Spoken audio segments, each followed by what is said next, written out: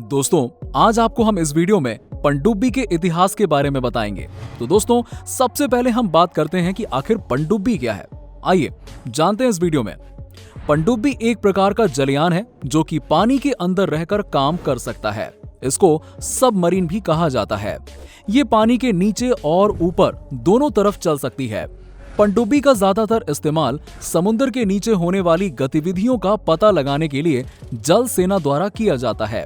उसके अंदर बहुत दिनों तक पानी के नीचे रहा जा सकता है और आवश्यकता पड़ने पर उसे ऊपर सतह पर लाया जा सकता है। जरूरत पड़ने पर बहुत दिनों तक पानी के अंदर भी रखी जा सकती है। पनडुब्बी के अंदर सभी पारदर्शी लगे होते हैं, जिससे इसके अंदर बैठे हुए समुद्र के नीचे सब कुछ दिखाई देता है और बहुत ही आधुनिक तरीके के उपकरण लगे होते हैं, जिससे समुद्र के ऊपर के दृश्य भी देखे जा सकते हैं।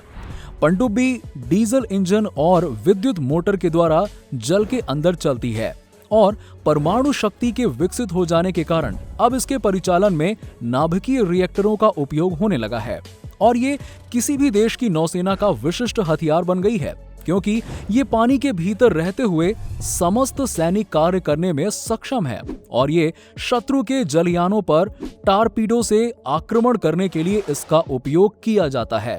कुछ पनडुब्बियों पर 12 इंच की तोप और एक हवाई जहाज रखने की भी व्यवस्था होती है।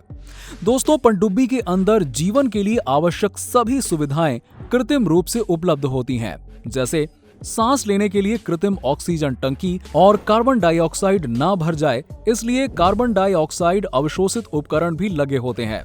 दोस्तों, विश्व की पहली पनडुब्बी एक डच वैज्ञानिक द्वारा सन 1602 में बनाई गई थी, किंतु उस समय इसे युद्धोपकरण के रूप में नहीं सोचा गया था और कॉर्नेलियस फॉन ड्रिबल नामक हॉलैंड वासी ने उस पनडुब्बी में सुधार की और उसे और गतिशील बनाया और वो पनडुब्बी लकड़ी की बनी थी और इस पर चमड़ा मढ़ा गया।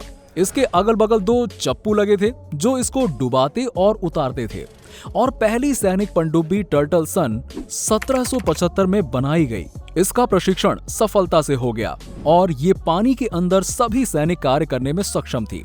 इसीलिए इसका इस्तेमाल 1 वर्ष बाद अमेरिकी क्रांति में किया गया और पारदर्शी के आविष्कार में पानी में रहते हुए भी इसे पानी के बाहर देखने की सुविधा प्रदान की गई और इस प्रकार पनडुब्बी 9 सैनिक युद्धों में भाग लेने योग्य बन गई और सन 1620 से लेकर अब तक पनडुब्बियों की तकनीक और निर्माण में बहुत बदलाव आया।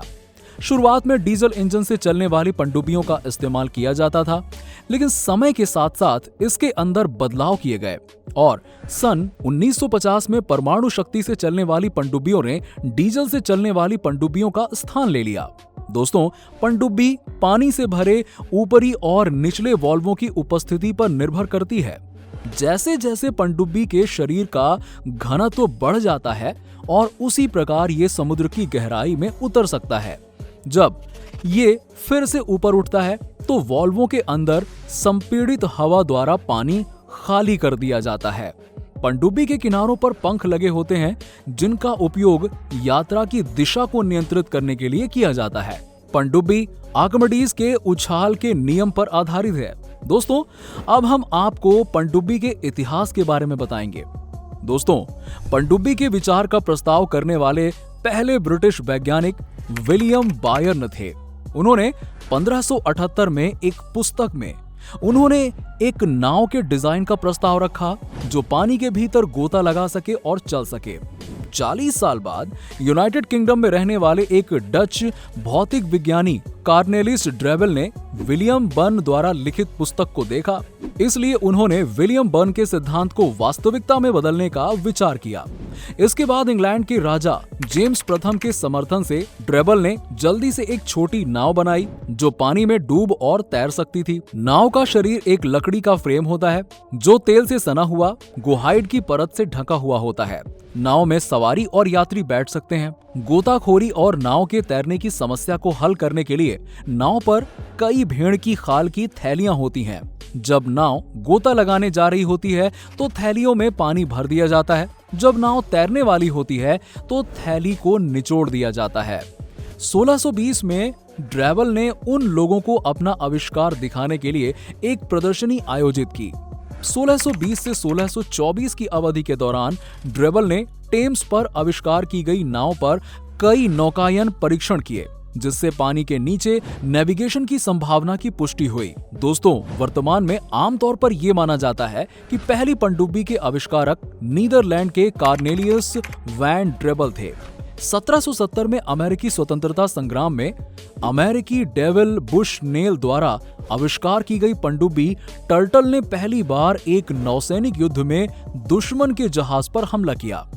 1880 में अमेरिकी आविष्कारक फुल्टन ने फ्रांसीसी नौसेना के लिए पहली पाल सुसज्जित पनडुब्बी नॉटिलस का निर्माण किया।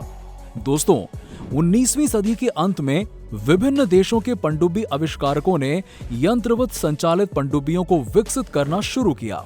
इसमें सबसे अधिक प्रतिनिधि संयुक्त राज्य अमेरिका में एक मध्य विद्यालय के शिक्षक जॉन हॉलैंड थे। जॉन हॉलैंड ने 1875 में पहली यांत्रिक रूप से संचालित पनडुब्बी को सफलतापूर्वक विकसित किया, जिसका नाम हॉरलैंड 1 रखा गया। ये पनडुब्बी स्टीम प्रोपल्शन का उपयोग करती थी। सतह पर नेविगेट करते समय गैसोलीन इंजन द्वारा संचालित ये पनडुब्बी पानी के भीतर नेविगेट करते समय एक इलेक्ट्रिक मोटर का उपयोग करती है। इसके मोटर को पावर देने के लिए एक बैटरी का उपयोग किया जाता है। तो पनडुब्बी के सतह पर उठने पर गैसोलीन इंजन बैटरी को चार्ज कर सकता है। इसके अलावा हॉरलैंड बोट पहली बार नौसेना के नवीनतम हथियार से सुसज्जित था, जिसने पनडुब्बी को सतह के जहाजों को डुबोने की क्षमता दी। हॉरलैंड बोट की उपस्थिति ने आधुनिक पनडुब्बियों के जन्म को चिन्हित किया। इस कारण से जॉन हॉलैंड को बाद की पीढ़ियों द्वारा आधुनिक पनडुब्बियों का जनक कहा जाता था। दोस्तों, परमाणुवीय ऊर्जा के विकास ने पनडुब्बी के परिचालन में क्रांति कर दी।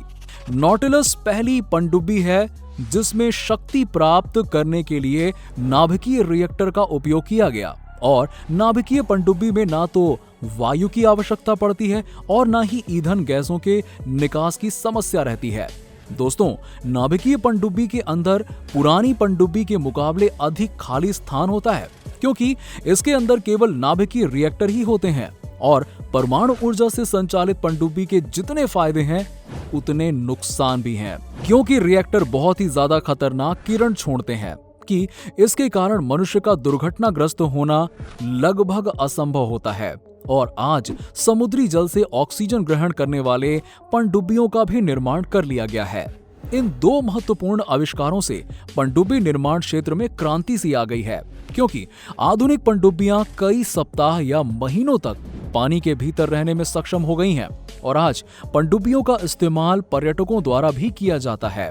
वो समुद्री जीव को देखने के लिए पनडुब्बियों का इस्तेमाल करते हैं, और हर विकसित देश के नौसेना के बेड़े के अंदर पनडुब्बियों को शामिल किया जा रहा है, क्योंकि देश के बीच होने वाले टकराव से समुद्री सीमा की सुरक्षा के लिए पनडुब्बियों का इस्तेमाल जरूरी हो गया है।